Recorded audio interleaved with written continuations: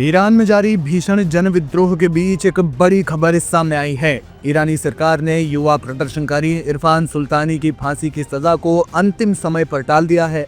इरफान को बुधवार 14 जनवरी को फांसी की सजा दी जानी थी। देश में चल रहे आंतरिक विद्रोह में अब तक हजारों लोगों की मौत हो चुकी है। कहा जा रहा है कि अगर विद्रोहियों को फांसी पर लटकाया जाता है तो इससे विद्रोह और ज्यादा तेज हो सकता है और अमेरिका और इसराइल सीधे तौर पर हस्तक्षेप कर सकते हैं। इसलिए ईरानी सरकार ऐसा नहीं करना चाहती। इरफान को 14 जनवरी को फांसी पर लटकाने की योजना थी, लेकिन मानवाधिकार संगठनों के अनुसार अंतिम समय पर इसे स्थगित कर दिया गया। ये घटना ईरान में चल रहे बड़े पैमाने पर विरोध प्रदर्शनों के बीच आई है, जहां अब तक 2000 से ज्यादा लोगों की मौत हो चुकी है और 10,000 से ज्यादा गिरफ्तारियां हुई हैं। हाल ही में अमेरिकी राष्ट्रपति डोनाल्ड ट्रंप ने भी कहा था कि ईरान में हत्याएं रुक रही हैं। उन्होंने कहा, हमें बताया गया है कि ईरान में हत्याएं रुक रही हैं और वहां फांसी की कोई योजना नहीं है, न तो एक व्यक्ति की और न ही कई लोगों की। उन्होंने कहा कि मुझे ये बहुत ही भरोसेमंद सूत्रों से बताया गया है। ट्रंप ने कहा, बहुत सारी फांसियां दी जानी थी, लेकिन वे अब नहीं दी जाएंगी। ईरान में दिसंबर 2025 के अंत से शुरू हुए विरोध प्रदर्शन अब पूरे देश में फैल चुके हैं। ये प्रदर्शन मुख्य रूप से supreme leader Ayatollah Ali Khamenei के शासन के खिलाफ है, जो लोग आर्थिक संकट, भ्रष्टाचार और राजनीतिक दमन का विरोध कर रहे हैं। प्रदर्शनकारियों ने डेथ टू खामेनी जैसे नारे लगाए और कई शहरों में सरकारी इमारतों पर कब्जा करने की कोशिश की। ईरानी सुरक्षा बलों ने इन प्रदर्शनकारियों पर कड़ी कार्रवाई की है, जिसमें लाइव फायरिंग, गिरफ्तारियां और इंटरनेट ब्लैकआउट शामिल है। प्रदर्शनों के दौरान कई वीडियो सामने आए हैं जिनमें सुरक्षा बल प्रदर्शनकारियों पर गोली चलाते नजर आ रहे हैं। उदाहरण के लिए शिराज शहर में एक वीडियो में सुरक्षा बलों को एक निहत्थे व्यक्ति को गोली मारते और उसका शव घसीटते देखा गया। इसी तरह इस्फहान में भी इसी तरह की घटना सामने आई है। यह घटना सोशल मीडिया प्लेटफॉर्म एक्स पर वायरल हो रही है, जहां ईरानी यूजर्स और अंतर्राष्ट्रीय एक्टिविस्ट ने हैशटैग के साथ जागरूकता फैलाई है। कौन है इरफान सुल्तानी? इरफान सुल्तानी कराज शहर के एक दुकानदार हैं, जिन्हें 8 जनवरी को उनके घर से गिरफ्तार किया गया था। उन्हें विरोध प्रदर्शनों में शामिल होने और सरकारी संपत्ति को नुकसान पहुंचाने के आरोप में दोषी ठहराया गया।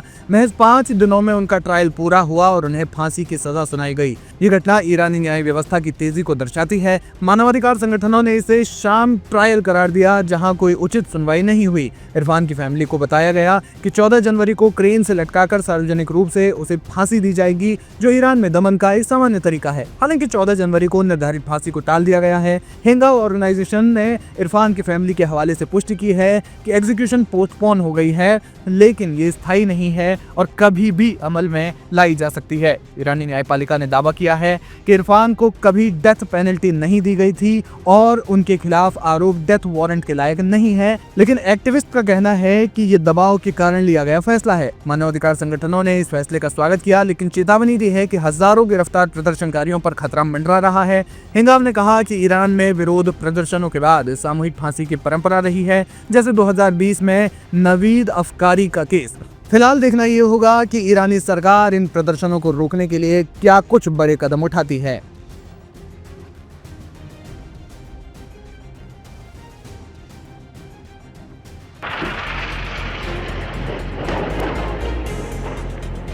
गाजा में विनाशकारी युद्ध ने हमास के शीर्ष नेतृत्व को लगभग ध्वस्त कर दिया है।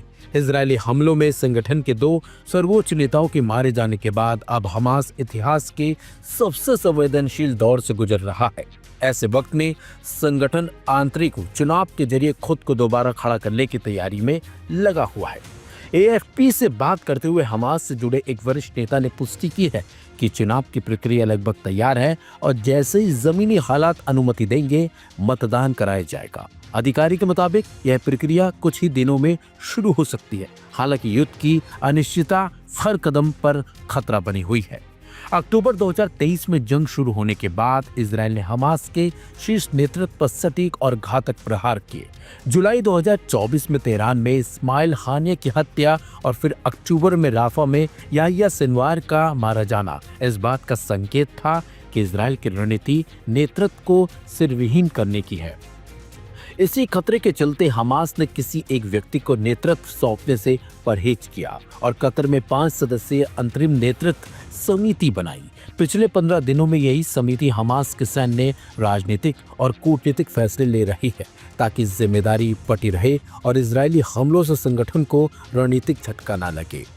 अब हमास 50 सदस्यों वाली नई शुरा काउंसिल बनाने की योजना में है, जो गाजा, वेस्ट बैंक और विदेश में मौजूद इकाइयों द्वारा चुनी जाएगी। यहाँ तक कि इजरायली जेलों में बंद हमास कैदी भी अप्रत्यक्ष रूप से इस चुनाव प्रक्रिया का हिस्सा होंगे, जो युद्ध के बीच संगठन की जमीनी पकड़ और वैचारिक एकजुटता को दर्शाता है।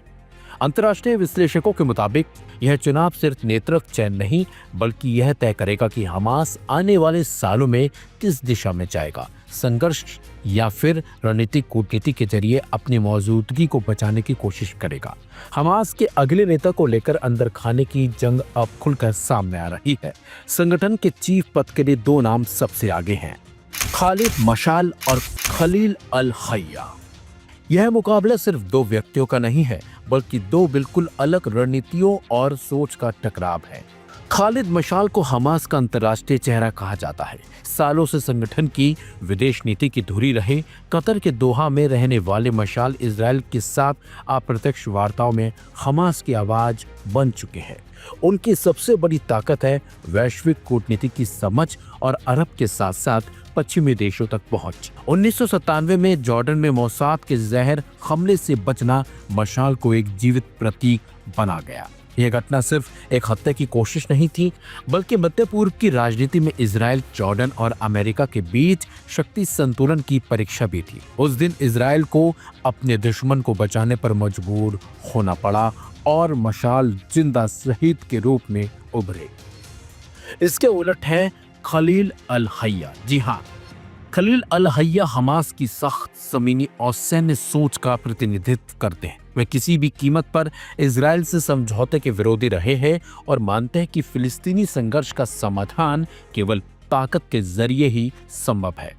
युद्ध विराम वार्ताओं, कैदी अदला बदली और मध्यस्थ देशों से बातचीत में अल हय्या हमास के सबसे प्रभावशाली चेहरों में शामिल रहे हैं। इन्हें ईरान, तुर्की, मिस्र और कतर जैसे क्षेत्रीय खिलाड़ियों का समर्थन हासिल है। साथ ही साथ हमास की सैन्य शाखा कस्साम ब्रिगेड और शूरा काउंसिल का भरोसा भी उनके पक्ष में माना जा रहा है। अंतर्राष्ट्रीय रणनीतिक जानकारों का मानना है कि अगर मशाल चुने जाते हैं तो हमास कूटनीतिक लचीलापन दिखा सकता है। वहीं अगर अल हय्या संगठन की कमान संभालते हैं तो मध्य पूर्व में संघर्ष की लपटें और तेज हो सकती हैं।